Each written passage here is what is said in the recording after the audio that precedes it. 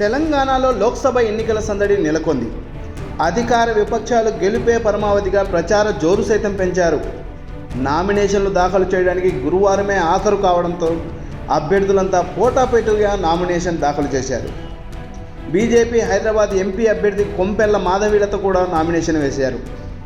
BJP ప్రకటించిన ఎంపీల తొలి జాబితాలోనే కొంపెల్ల మాధవీలతను హైదరాబాద్ ఎంపీ అభ్యర్థిగా ప్రకటించారు. కొంపెల్ల మాధవీలత హైదరాబాద్లోని ప్రముఖ హాస్పిటల్స్లో ఒకటైన విరించికి చైర్మన్. ఆమె బలమైన హిందూ భావాలను కలిగి నగరంలో అనేక హిందూ మత కార్యక్రమాలలో పాల్గొంటూ వస్తున్నారు. దీంతో ఆమె చేస్తున్న ఎన్నో సేవా కార్యక్రమాలను బీజేపీ గుర్తించి హైదరాబాద్ ఎంపీ అభ్యర్థిగా ప్రకటించింది. మాధవీలత ఎన్నికల అఫిడవిట్ ద్వారా ఆమె ఆస్తులు, అప్పులకు సంబంధించిన వివరాలు అందించారు. మాధవీలత తన స్థిరాస్తుల విలువ 218 కోట్లుగా వెల్లడించారు.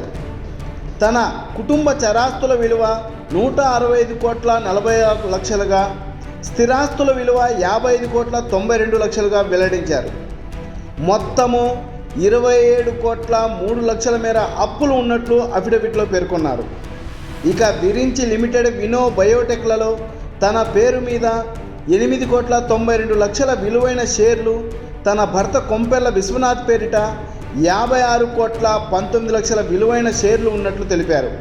అదేవిధంగా అన్లిస్టెడ్ కంపెనీలైన Gajwel developers, PKI solutions, Viraj సిస్టమ్స్లలో తన పేరిట 16 కోట్ల 27 లక్షల షేర్లు, తన భర్త పేరిట 29 కోట్ల 56 లక్షల విలువైన షేర్లు ఉన్నట్లు అఫిడవిట్లో పొందుపరిచారు. ఇక మొత్తం ఇద్దరి పేరిట 5 కిలోల బంగారం ఉన్నట్లు పేర్కొన్నారు. అయితే తనకు సొంతంగా ఎలాంటి వ్యవసాయ భూములు, వాహనాలు లేవని పేర్కొనడం గమనార్హం. తనపై ఒక క్రిమినల్ కేసు కూడా ఉన్నట్లు మాధవీలత తన ఎన్నికల అఫిడవిట్లో వెల్లడించారు. ఇక తాను పొలిటికల్ సైన్స్లో మాస్టర్ డిగ్రీ చేసినట్లు పేర్కొన్నారు. ఇక మాధవీలత విషయానికి వస్తే ఆమె పుట్టింది, పెరిగింది అంతా హైదరాబాద్ పాత బస్తీలోనే. నిజాం కాలేజీలో బ్యాచిలర్ డిగ్రీ, కోటిలోని ఉమెన్స్ కాలేజీలో పొలిటికల్ సైన్స్లో పోస్ట్ గ్రాడ్యుయేట్ పూర్తి చేశారు. చదువుకునే రోజుల్లో ఈమె ఎన్సీసీ క్యాడెట్ కూడా. ఆ సమయంలో మంచి గాయనిగా, భరతనాట్య కళాకారిణిగా గుర్తింపు పొంది సుమారు 100కు పైగా నృత్య ప్రదర్శనలు ఇచ్చారు. అయితే ఈసారి మాధవీలతను బలమైన వ్యక్తిపై పోటీకి దింపింది బీజేపీ అధిష్టానం.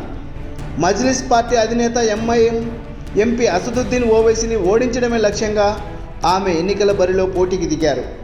మరి ఓవైసీని ఓడించి మాధవీలత గెలుస్తారా లేదా అని తెలంగాణతో పాటు దేశవ్యాప్తంగా చర్చ జరుగుతుంది. 2019 ఎన్నికల్లో 3 లక్షల మెజారిటీతో అసదుద్దీన్ గెలిచారు. 40 ఏళ్లుగా హైదరాబాద్ లోక్సభ ఎంపీ సీటు మజ్లిస్ పార్టీకే దక్కింది.